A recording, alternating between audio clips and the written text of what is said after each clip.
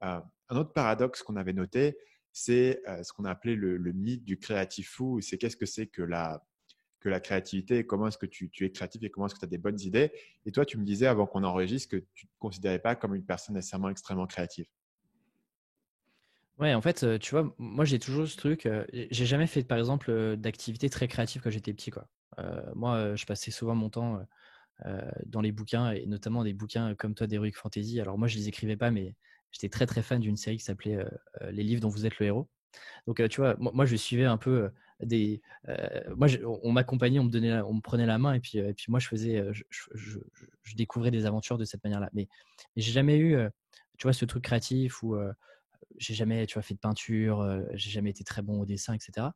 Et en fait, je pense qu'il faut pas toujours croire que, les bonnes idées, sont réservées qu'à des gens, très créatifs avec beaucoup d'imagination. Et je pense que justement, c'est pas un truc, qui est forcément inné, c'est quelque chose qui se travaille. Avoir les bonnes idées, c'est quelque chose qui se travaille et il y avait j'en parlais dans une des newsletters sur, ce qui est intéressant, c'est que plus tu es dans un sujet, plus tu vas creuser le sujet, plus tu vas avoir d'idées, en fait. Et c'est notamment ce qui se passe avec plein d'entrepreneurs. Et moi, je me souviens dans les boîtes dans lesquelles j'étais, en fait, plus on lançait de projets, plus on avait des idées de nouveaux projets. Et je pense qu'il faut. Et du coup, tu peux toujours courir après le mythe de non, il faut vraiment que je trouve la bonne idée avant de me lancer, avant de faire ce projet-là, il faut vraiment que ça soit parfait. Alors qu'en fait, toutes les idées et même mes premières idées ont jamais été. Tu vois, il y avait peut-être un potentiel, mais la réalité, c'est qu'en fait, t'en sais rien si c'est une bonne idée. Et du coup, l'idée derrière, c'est vraiment de te dire comment est-ce que je peux me focaliser sur une petite partie et me dire, OK, je mets un pas après l'autre, j'avance et je vois qu'est-ce que va donner cette idée-là. Peut-être elle va être jetée à la poubelle dans 3 mois ou peut-être qu'en fait, je vais la continuer parce que je sens qu'elle a le potentiel. Mais tu vois, enfin, comme moi, je vois pas mal d'entrepreneurs, de freelance, je les sens pas plus créatifs que d'autres, quoi. C'est pas des artistes au sens propre du terme, quoi. Je pense que en fait, le modèle mental peut-être qui nous induit en erreur, c'est l'idée que la créativité, c'est quelque chose qui vient de nulle part. Donc, tu es comme ça en train de faire une petite marche dans la forêt. Tout d'un coup, tu as une idée qui te rentre dans l'esprit qui vient de nulle part. Et moi, j'ai jamais vraiment eu cette expérience. C'est-à-dire que généralement, ce qui se passe, c'est que je vois quelque chose qui me fait penser à un autre truc et je connecte en fait. Et de cette manière, je génère largement plus d'idées que j'ai la possibilité d'en traiter. J'ai une liste d'idées de vidéos qui est énorme. Et souvent, tiens, j'ai vu ça, ce serait intéressant de l'analyser. Ou j'ai vu telle idée, tiens, je pourrais peut-être faire la même chose dans mon business.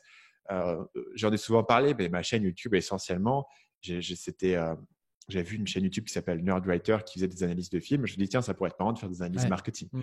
Aussi bête que ça. Mon format, c'était simplement de dire. Donc, c'est de la créativité, oui, parce que la créativité, c'est de la recombinaison, c'est prendre une idée, l'appliquer autre part, transformer quelque chose, faire quelque chose de nouveau. Mais ça sort pas de nulle part. Et je pense qu'à partir du moment où tu attends quelque chose qui va sortir de nulle part, tu peux attendre longtemps. Et donc, quand tu parles de zéro, la question, c'est quel élément est-ce que tu peux recombiner, quel élément est-ce que tu peux trouver, est-ce que tu peux importer une idée qui vient d'un domaine dans un autre. Euh, et effectivement, comment est-ce que tu peux commencer petit? Parce que tu résous de cette manière le paradoxe des idées. Le paradoxe des idées, c'est que les gens qui ont le plus besoin d'idées parce qu'ils veulent lancer un business sont ceux qui n'arrivent pas à en trouver. Les entrepreneurs qui ont déjà un business, ils sont tout le temps en train de se plaindre de ah tiens, j'ai trop d'idées, mais j'ai pas le temps de les faire. J'ai jamais le temps de faire tous les projets que j'ai envie de faire parce qu'il y a plein d'éléments qui leur viennent. Mais forcément, parce que comme ils sont exposés à beaucoup plus d'input, ils ont la chance de faire beaucoup plus de connexions. Ils ont aussi les compétences de voir les connexions et de pouvoir un peu trier les idées. Donc forcément, ils vont avoir beaucoup plus d'idées qui vont se présenter à eux.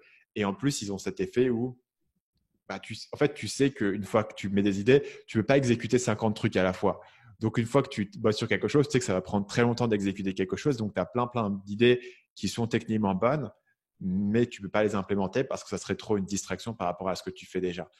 Et ici, la solution, c'est de dire, bah, tiens, si tu veux vraiment entrer dans un truc et trouver les idées, comment est-ce que tu peux faire pour t'exposer à ces inputs et pour être dans le domaine et pour travailler sur quelque chose. Donc, l'input qui est important, c'est euh, les clients. Donc, si tu parles aux clients, tu as des feedbacks, ça peut te donner des idées sur un nouveau positionnement, etc., que tu n'aurais jamais eu par inspiration tout seul en méditant sur une montagne. Et c'est aussi les partenaires et les autres gens qui sont dans le milieu et qui en parlent. Et il y a beaucoup de bouche-oreille sur ce qui marche, sur ce qui ne marche pas, sur ce que machin fait. Et ça va souvent t'inspirer en disant, tiens, j'ai vu une personne qui a fait, je sais pas, une communauté privée. ce serait super cool de faire ma propre communauté privée et c'est une nouvelle idée, c'est un truc créatif. Ça vient pas de nulle part. Souvent, c'est parce que tu as vu quelqu'un qui fait un truc bien, tu te dis, moi, j'aime bien voir la même chose. Je pense que tu as deux grands sujets là-dessus. Euh, le premier sujet, c'est comme tu l'as dit, effectivement, ton expérience. Et donc, vu que tu te confrontes au terrain, moi, je le vois par exemple, il y a énormément de freelances qui, parce qu'ils sont au front, dans les tranchées, aller tacler des problématiques clients, mais en fait, ça leur donne souvent des idées pour monter un business qui parfois peut les dépasser et donc de sortir de sujets freelance.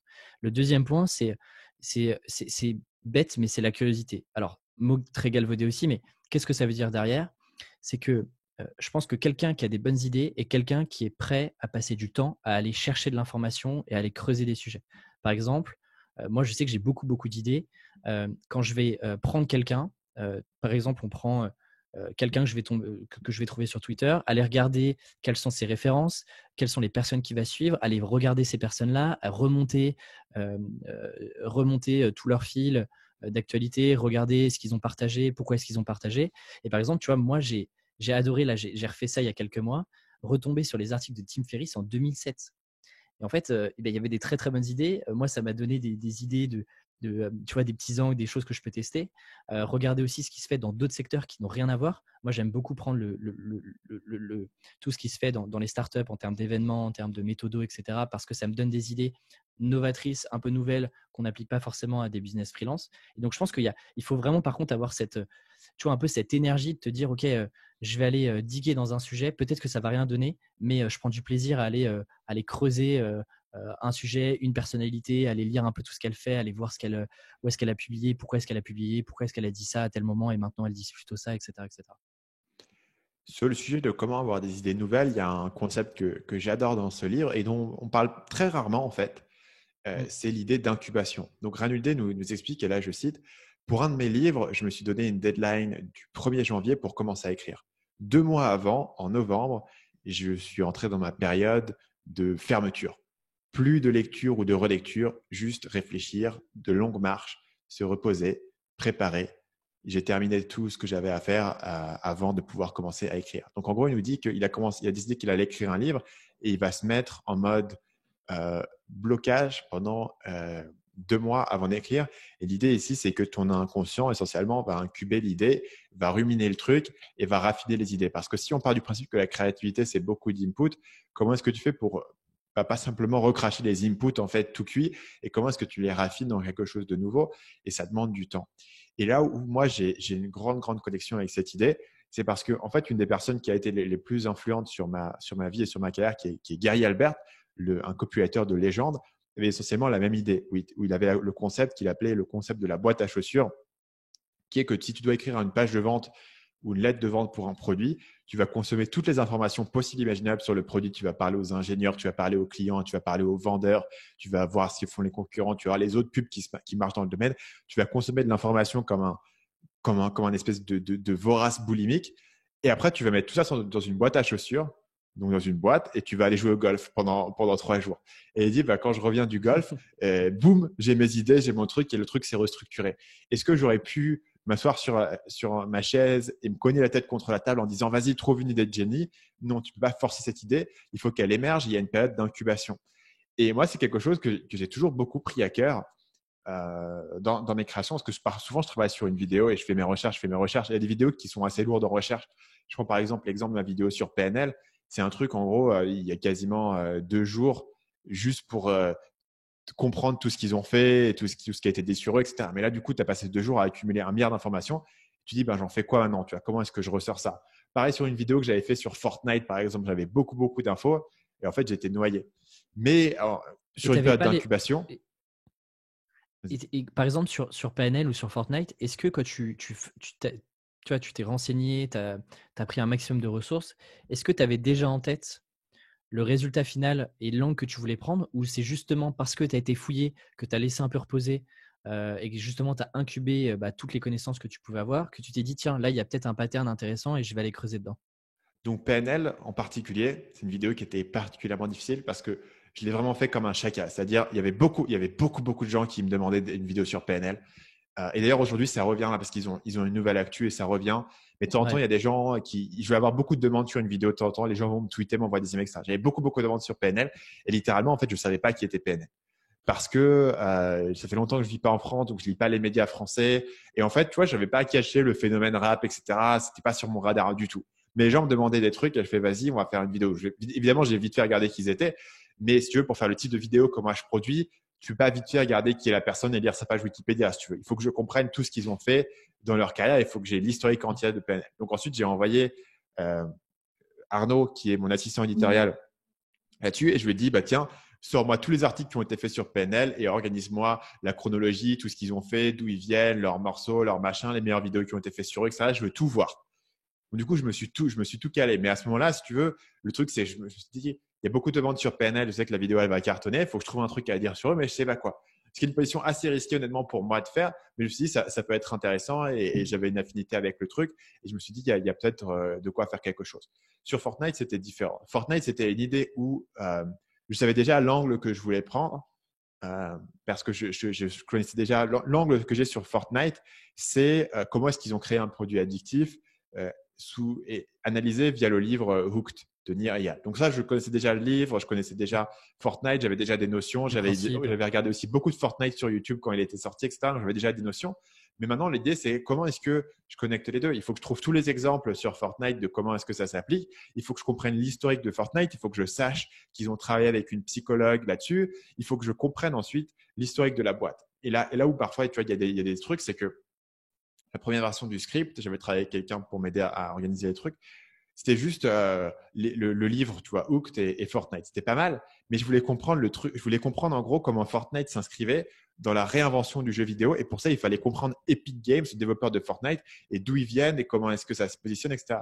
Et je pense qu'il y aurait vraiment aujourd'hui une autre vidéo à faire sur Fortnite qui est dans la continuité de celle que j'avais fait. Parce qu'en gros, à la fin de ma vidéo sur Fortnite, j'ouvrais la porte sur des idées qui aujourd'hui se sont réalisées avec les concerts qui sont faits dans Fortnite, etc. Ça, ouais. Mais ça, c'était une nouvelle idée qu'il fallait avoir au-delà de Fortnite plutôt que de dire hey, Fortnite, c'est un jeu, les enfants sont addicts, etc. Il fallait que je puisse synthétiser le truc dans un arc narratif qui soit élégant, qui tienne dans une vidéo de 20 minutes, où à la fin, tu as l'impression d'avoir consommé un truc entier et pas juste des petits bouts d'informations. Et c'est souvent ça que la période d'incubation fait. Et parfois, je vais commencer des vidéos sans aucun angle et je vais les trouver en recherche. Une autre vidéo où j'ai galéré comme un fou à trouver mon angle, c'est une de mes vidéos récentes sur le coronavirus. Évidemment, je me dis, il faut que je fasse une vidéo sur le coronavirus. C'est un truc d'actualité, ça va cartonner, etc. Et cette vidéo a fait 450 000 vues. Mais qu'est-ce que je peux dire de nouveau sur le putain de coronavirus? C'est un truc dont absolument tout le monde parle à longueur de journée dans les médias, tu vois. Et là, je me suis vraiment cassé la tête pour consommer enfin, pas tout ce qui a été fait parce que c'est impossible, mais pour consommer énormément d'informations sur le sujet et comprendre en profondeur tous les trucs. Et je suis rentré dans des trucs incroyables sur le docteur Didier Raoult, etc., que j'ai finalement pas du tout exploité. Incroyable. Parce qu'il n'était pas du tout dans la vidéo. Mais il fallait et à un moment donné, tu vois, j'ai trouvé le fil directeur. Et en fait, finalement, j'ai peut-être utilisé 5% des infos que j'avais, mais j'avais besoin de toutes ces infos pour trouver ce fil conducteur et me dire, OK, ça, c'est le pilier, c'est le truc unique que je dis pour que les gens puissent partager la vidéo en disant, bah, ce mec-là, il raconte un truc que personne ne dit sur le coronavirus. Et c'est vraiment cette période d'incubation, moi, qui m'a sauvé la vie parce que quand tu viens de passer 3 jours à lire des trucs sur le coronavirus, tu es un peu au fond du trou. Tu vois, c'est comment est-ce que je vais pouvoir écrire quelque chose qui a du sens? Parce que je suis pas en train d'écrire une encyclopédie. Je peux pas réécrire, je peux pas recracher tout ce que j'ai lu. Et le but, c'est pas de recracher, c'est pas faire un état des lieux du coronavirus qui sera périmé. Tu vois, c'était de comprendre les principes psychologiques, etc. Donc c'est un peu, j'ai un peu l'impression si tu veux, de sauter d'un avion sans parachute et de devoir construire le parachute en cours de route en me disant si je trouve pas, ben, je suis un peu dans la merde parce que ma vidéo elle tient pas debout et j'aurais perdu tout mon temps. Mais généralement, j'arrive à trouver en incubation la bonne idée. Et après, une fois que j'ai ça, il ne reste plus qu'à écrire, etc. Et tu vois, tu as cette partie d'incubation-là où en fait, elle coupe un peu ton process en plusieurs parties. Et moi, dans un autre sujet, par exemple, dès que j'ai une bonne idée, je me refuse de la faire avant 3 mois. Donc, sur le principe des plans 90 jours de Tyler Pearson, et puis je sais que tu en parles souvent, mais l'idée, c'est de te dire, alors peut-être que c'est un peu radical et que je me ferme des opportunités, mais dès que j'ai une idée, je me refuse vraiment à y réfléchir vraiment en profondeur avant 90 jours. Et après 90 jours, sur un nouveau plan, tu vois, là, je me dis, par exemple, là, on démarre un nouveau plan. Il y a une idée que j'ai depuis janvier. Je sais que c'est une idée que je vais inclure dans le Q4, donc le dernier trimestre de l'année, sur un nouveau format que j'ai envie de tester. Et je me refuse vraiment de me lancer directement dès que j'ai l'idée pour me dire, tu vois, là, elle va résister à l'épreuve de quasiment 6 mois. Et quand quand je vais préparer mon nouveau plan, je vais me dire, OK, est-ce que cette idée, elle m'attire toujours? Je sens toujours le potentiel intéressant. Est-ce que du coup, par rapport à ce qui s'est passé dans les 6 derniers mois, ça peut aussi me donner des nouvelles idées pour tu vois, rendre l'idée un peu plus costaud, l'habiller et la rendre un peu plus sexy aussi, tu vois. Du coup, c'est aussi un effet Donc peut-être Lindy, quoi. que Si tu as eu l'idée hier, ouais, peut-être que dans 2 jours, tu trouveras qu'elle est nulle. Mais si ça fait un an que tu as envie ouais, de faire ce truc, forcément, dans un an, tu trouveras encore que c'est bien. Et pour des projets de long terme sur lesquels tu vas t'engager, tu te dis, ben, faut que je travaille au moins 6 mois, un an sur ce projet pour que ça ait du sens. C'est effectivement, ça a du sens d'attendre avant de le faire. Ça a du sens de, si tu veux écrire un livre, peut-être de jouer la montre et de discuter avec ton éditeur et de faire des plans et de faire des machins pendant 6 mois, un an avant de commencer à écrire. Pourquoi pas? Parce que finalement, ça va te prendre 6 mois, un an dans l'autre côté à écrire. Donc, tu as intérêt à ce que l'idée se valide et que tu ne te décourages pas trop rapidement. Inversement, évidemment, une idée qui peut se faire en 2 semaines, bah, si ça fait 2 semaines que tu y réfléchis, tu peux la faire dans les 2 semaines. Il y a des chances qu'elle se maintienne. Euh, c'est une il autre application de cette idée-là. y avait, et tu vois, ça recoupe aussi pas mal sur le côté créatif qu'on a abordé, sur la manière de concevoir des bonnes idées, etc. Il y avait une idée de dire bon, que, en gros, il n'y a pas besoin d'être un génie pour faire des choses de génie et qu'il y a juste besoin d'avoir quelques petits moments euh, brillants avec des petits éclairs de génie et de cutter et de couper complètement tous les trucs qui sont pas forcément au top, très très bons. Et en fait, je trouve que ça illustre bien. Tu vois, je serais curieux de voir les premiers scripts de tes vidéos ou tu vois même le draft de mon premier bouquin. C'est sûr qu'il sera pas du tout au niveau quoi, par rapport à la version finale.